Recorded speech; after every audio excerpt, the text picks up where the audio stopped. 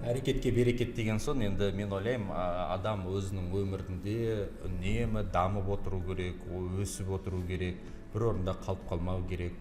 Тіпті кейбір адамдар бар, қоғамға, заманға ренжіп жатады, иә. Қазіргі таңда білесіздер, чат GPT шықты, жасанды интеллект өте қатты дамып жатыр. Осы жасанды интеллекттің салдарынан, мысалға, алдағы уақыттарда 100 миллионға дейін адам жұмыссыз қалуы мүмкін. Ол бүкіл әлем бойынша, әлемдік статистика, мамандар осылай дейді. Енді ойбай, мен жұмыссыз қалады екенмін деп отыра бермей, адам мынау икемді болу керек, нарықтың сұранысына сай жүруіміз керек. Бұл нарықтық экономикаға көшкен мемлекеттердің, сол халық тұрғындарының даму бір белгісі болу керек деп ойлаймын. Өйткені кеңес үкіметі емес, кезінде бар ғой, кеңес үкіметі, ол әйтеуір аш қалдырмайды, әйтеуір бірдеңе тауып береді дейді. Ал нарықтық экономикада керісінше сіз өзіңіз табасыз, өзіңіз әрекет етесіз, қасқырды аяқ асырайды дейді ғой. Тура сол секілді осы мақал бір нарықтық экономикаға арналған секілді. Яғни сізді асырайтын ол миыңыз, біліміңіз, одан кейін екі аяқ, екі қолыңыз дегенде. Бұл сабақта мен сіздерге еңбек KZ, яғни Skills еңбек, одан кейін бизнес еңбек және де басқа порталдар арқылы оқыту жайлы айтқым келеді. Қазір білесіздер, ақпарат ағыны неше түрлі оқытулар бар, неше түрлі курс өткізетіндер бар, коучтар бар. Тіпті арасында мен де білесіздер, курстар өткізгеннің кезінде мені де қосып қояды ол жаққа. Бастысы сізге бір оң пайдасы берсе екен деймін.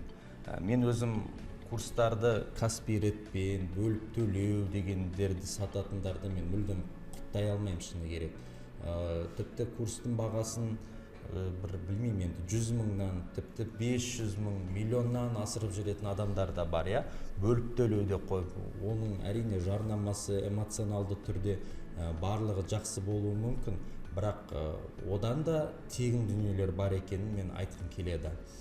Мысалға, мен кезінде курстарымда ешқашан бір бөліп төлеу дегенде болған жоқ. Бұндай бағада мен ешқашан ұсынбадым да. Барлығы халыққа қолжетімді болса екен, тіпті тегін сабақтар да болды. Тура сол секілді ютубта да қазір тегін сабақтар өте көп, тегін посттар жазылып жатады. Ізденсеңіз көп нәрсені тегін табуға болады. Десе де біздің елде осылай ресми түрде электрондық еңбек биржасы бар екенін айтқым келеді. Енді бұл жерде де ресми түрде мысалға жұмыссыз болып тіркелетін болсаңыз, қосымша сізге неше түрлі ұсыныстар да келіп отырады. Ұсыныстарды қарауға да мүмкіндік бар екенін ескерткім келеді. Яғни бұл еңбек биржасы нені береді сізге? Бұл сізге бос жұмыс орындары мен түйіндемелер базасына онлайн қол жеткізу, жеке кабинет ашып, бос жұмыс орнын немесе түйіндемені жариялауға мүмкіндік береді. Одан кейін түрлі ақпарат алып отыруға, яғни жұмысқа байланысты, одан кейін жұмысқа қабылдау немесе жұмысқа тұру үшін кері байланыс немесе сұхбаттасуға шақыру режимін пайдалану, собеседование дейді ғой мысалға. Одан кейін түрлі статистикалық есептерді онлайн құрастыру мүмкіндігі бар. Одан бөлек осы порталдан жұмыс табуға мүмкіндіктеріңіз бар. Осы портал арқылы жұмыс іздеушілер мен кадрларды іріктеуге арналған қызметтерді үнемі кеңейтеді және де қазіргі уақытта мынандай мүмкіндіктерді қамтып отыр. Денсаулық сақтау, білім беру және басқа салалардың түлектерін онлайн режимде жеке үйлестіру. Қазақстан Республикасына жаңа мамандықтар мен дағдылардың атлас профессии деген бар. Бізде соған қарап, қандай мүмкіндіктер бар екенін, жаңа айтқандай, қандай мамандықтар сұранысқа ие болатынын бәрін қарауға болады. Одан кейін мынау көрсетілген кәсіби дағдылар негізінде жаңа айтқандай бос орын, жұмыс орындарды таңдау, автомат түрде таңдауға мүмкіндік бар. Мемлекеттік қызметке жалпы конкурс арқылы жұмысқа орналастыру процесін, бизнес процесін автоматтандыру мүмкіндіктері бар. Яғни осы электронды еңбек биржасына кіріп қарап көріңіздер. Одан кейін бұл жерде жұмыссыз мәртебесін бере алады, жұмыс іздеуші ретінде тіркеле аласыз. Одан кейін бұл жерде қай аймақтарда жұмыс күші артық, қай жерде тапшы, сондай картаны да көруге болады. Одан кейін және де бұның барлығы тегін ұсынылады. Яғни резюмеңіз, осы базаға тіркелу, бос жұмыс орындары мен түйіндемелер базасына қол жеткізу, ақпарат жариялау 24/7 тегін екенін ескерткім келеді. Одан кейін бұл қызметтерден тікелей егов мобайл арқылы да пайдалансаңыздар болады. Одан бөлек skills еңбек деген бөлім бар. Бұл жерде сіз онлайн оқу мәртебесіне ие боласыз. Тегін оқисыз, между прочим деп қояйыншы. 2021-дің 1 шілдесінен бастап бұл іске қосылды. Яғни бұл жерде қысқа мерзімді түрлі оқыту курстары бар. Сол курстардың ішінде мысалға курстор, Fluent Education мысалға 117 курсы қол жетімді.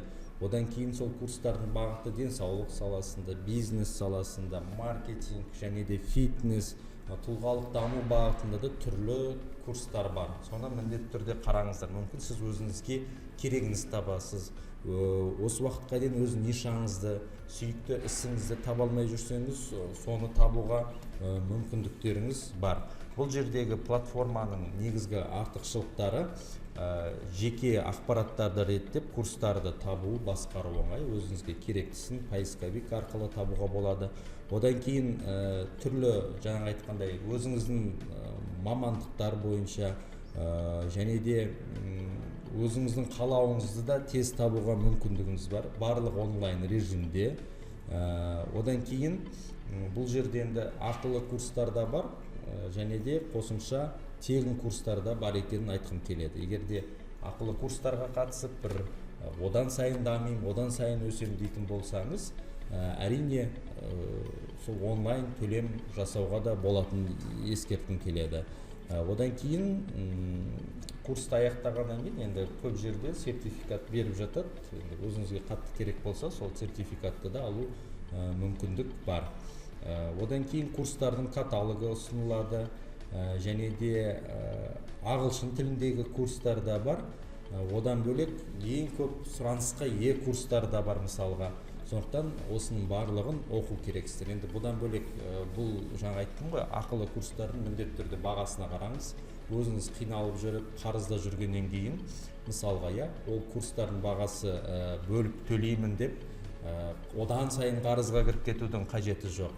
Басында міндетті түрде тіпті YouTube'дан да қазір көп нәрсені табуға болады. Бастысы ізденсеңіз болды, үздіксіз дамиық, үнемі ізденісте болайық.